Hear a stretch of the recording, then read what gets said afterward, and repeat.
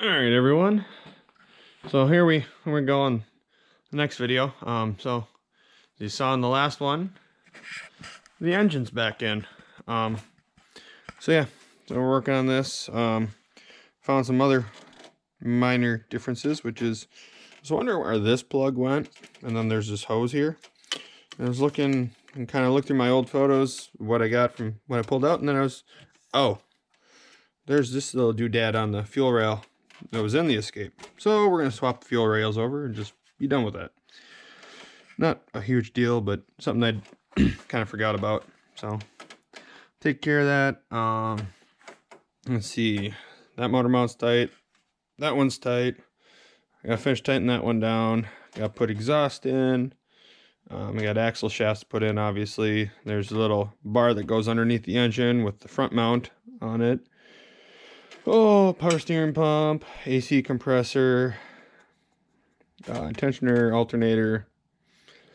Yeah, that's kind of like I said with that, one of the other videos is once there's a couple big steps, and now it's a whole bunch of little piddly stuff that will take some time, but honestly really isn't that bad. So yeah, I think I'm gonna find a spot to set you guys up, and we'll just get after it.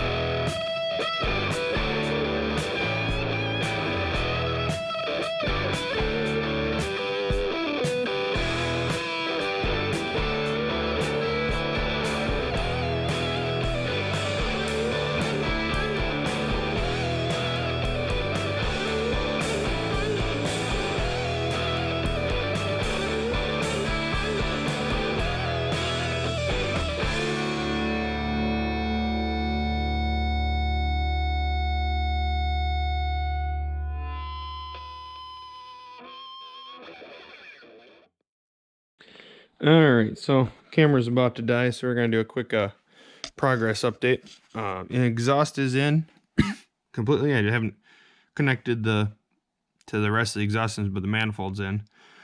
Alternator's in. Little heat shield shroud things are in for the alternator. That's all plugged in, connected wires-wise. Both oxygen sensors are plugged in. Basically ready. I can put the serpentine belt on whenever. Gotta hook up those coolant lines back there for the heater core. And then I believe, besides a couple things at the tail end for the cruise control module gets bolted on here, but that's minor. That'll probably be one of the last things to go on. But yeah, So then it'll be a lot of stuff on this side. So yeah, I might go quick try to find and plug my camera in so I can charge, so we can keep filming once it's charged up some more. So yeah, I'm just gonna keep picking away at it. I did have an oopsie there. When I was working on loosening up this fuel rail, which I still have to swap out, apparently this was a little brittle. Oops. So I gotta get a new one of those. Oh well, minor details. All right. So it's a couple days later now. I was out here and I did a little work last night. I just didn't film it because I was putting in the axle shafts down there, which you can't really see because it's dark. And then I put serpentine belt on. And the other night after my camera died, this is just stuck on here, and I put the part of the airbox is set in there. The bolt's not tight yet. But yeah, got a couple wires I gotta get hooked up and stuff, and some other miscellaneous little things. I got fluids to put in, and I don't know how much time yet I exactly have tonight, but we'll see how far we get. Hopefully, might even be able to get it to start. So I guess we'll see. I'm gonna just get you guys set up on time lapse, and I'm just gonna get working.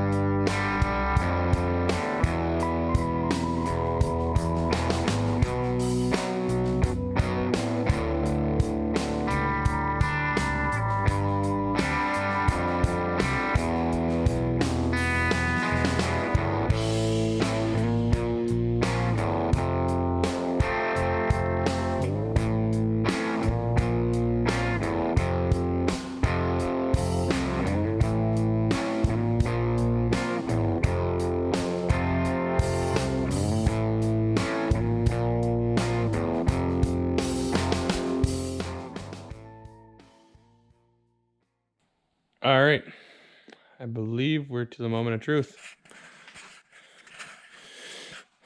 I got, I don't know, about a gallon of coolant in it, and it takes roughly a gallon and a half. They take like, well, It actually is almost probably full. The things only take like 5 quarts of coolant apparently, or 6 quarts or something like that. So yeah, a gallon and a half is what it takes. So I got a gallon in it, so it's close. Air filter, mass airflow is all hooked up. I got 7 quarts of training fluid in it, which is close enough to not burn up the transmission when it fires up, burn up the pump in the transmission when if it fires.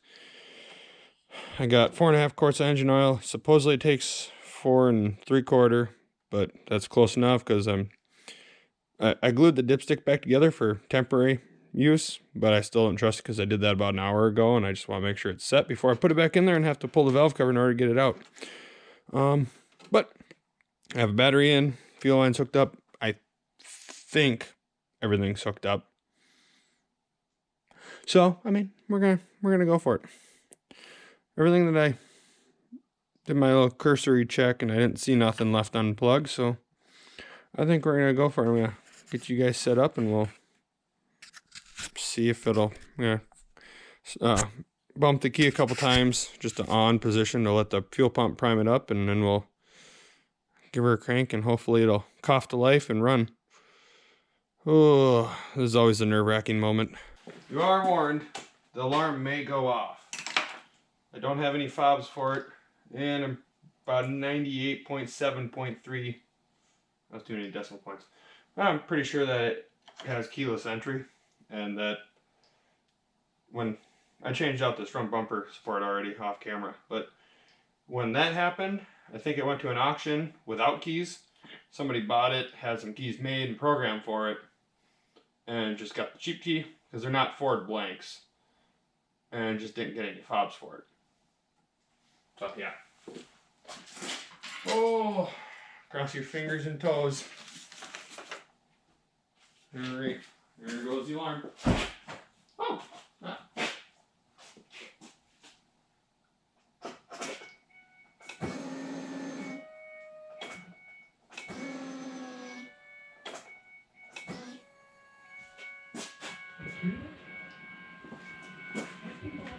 Radio still works. No obvious fuel leaks that I see.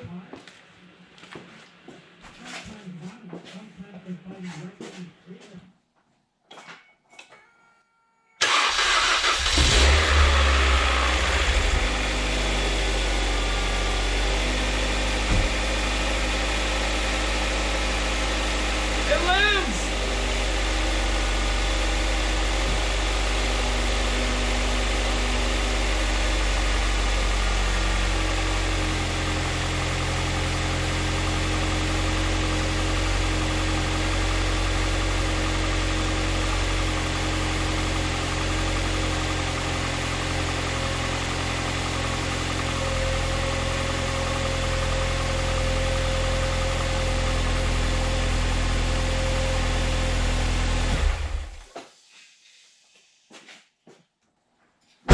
It lives! Something's smoking over here. Let's figure what that is. Oh. Must be some oil on the exhaust. But it runs! Oh, you guys have no idea how much of a relief that is. Especially when you were changing the way this engine is originally designed to run. Because it's supposed to be a variable timing engine, and it's not anymore. And it actually runs smoother than it did when I was in the car. That makes me happy. It appears as if the alternator might not be charging, so hopefully that's just a matter of rapping at it with a hammer a couple times. And double checking the wires, make sure the wires are actually tight. They were plugged in and everything's on there. But, and then the ABS light's on, which could be something to do with the fact that it's been off so long, it's got to run those wheels. But, yeah. Maybe that's what I'll do quick, is I'll take and because I got the front end off the ground, I should be able to put it in gear, and it should spin the wheels. Well, the rotors, because there's no tires on it.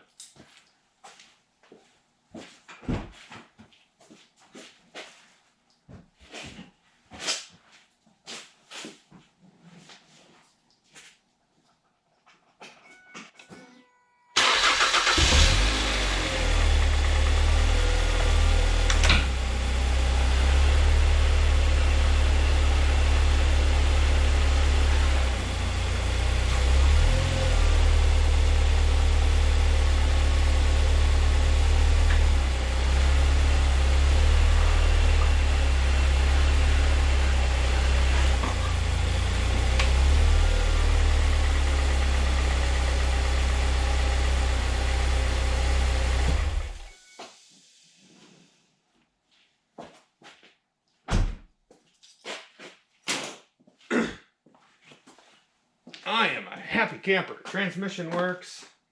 Once I get it down on the ground, back on its wheels, then I can check tranny fluid and adjust that as needed, and double check engine oil. It already needs more coolant, but yeah, it runs. So yeah, I don't know what time it is, but I think I'm gonna call it a night, and I'll catch you back here at some point in a day or so. It's supposed to snow a lot. We're forecast 6 to 10 inches over the next day and a half, so I'm gonna be tired. Yeah, hopefully this weekend I'll be able to get back at it, and I got a remote start to put in a family friend's van, so who knows? Maybe I'll film that too. We'll see. I'm not sure. I haven't looked at how much of a pain in the butt it's gonna be yet, so. But hopefully Saturday, depending on weather, I might be able to button this back up. Alright, so the last video clip you saw that it ran, so now I'm okay with putting it back together the rest of the way now. You know, because I shouldn't have to take it apart again. Yeah. So, off camera I got there's two little like close-out panels behind the front wheels that I got put back in. Mostly because even if I had the camera in there, you wouldn't be able to see because there's not a lot of room. So that's done. Now it's putting this back in.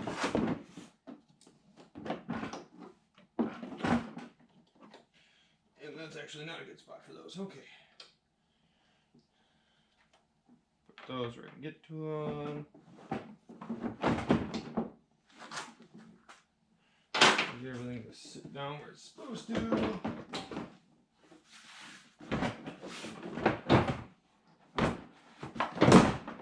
That side.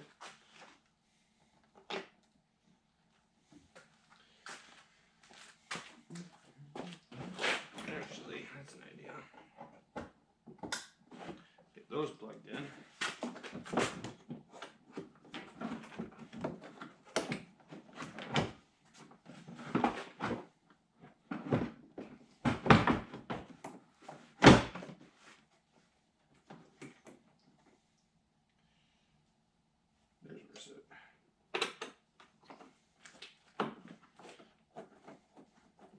Alright everyone, it is come time where the Escape should be able to exit the shop. Off camera I replaced that wheel bearing, got that taken care of. A little bit of a pain in the butt, but not terrible I guess, considering. Yeah. Put a little more coolant in, oil level is almost perfect, so I'm leaving that. One thing I gotta check yet is tranny fluid, and I'm honestly hopeful that it's spot on, but yeah, I'm gonna open up the door, fire it up, back it up, pull it up. There's a nice, fairly level spot outside that I'm going to let it sit and idle at for a little bit. Try to get the fluid all circulating around in the transmission, get that all happy-go-lucky, and yeah. So, I'm going to shut the hood. I don't think I'm going to latch it. I'm just going to sit her down. There you go. Open door, and here we go. First time moving in my ownership under its own power. Hopefully I don't hit this old transmission out of the Mercury.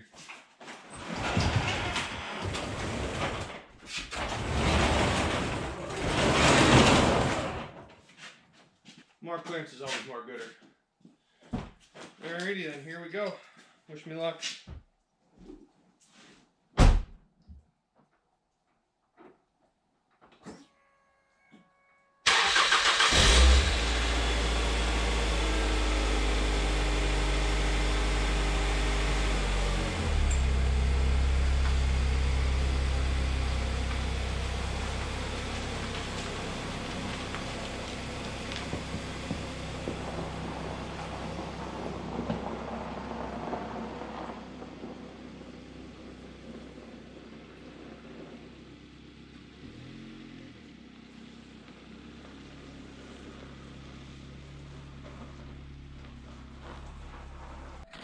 Well, here it is, outside, under its own power for first time since I've owned it.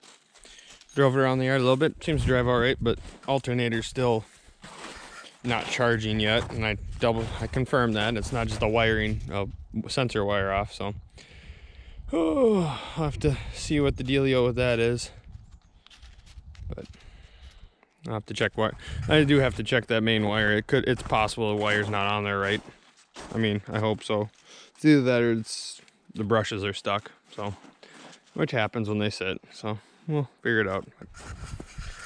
So yeah, thanks for watching this little series of videos on the Escape. If you enjoyed it, please subscribe to the channel and look forward to more videos. Thanks for watching.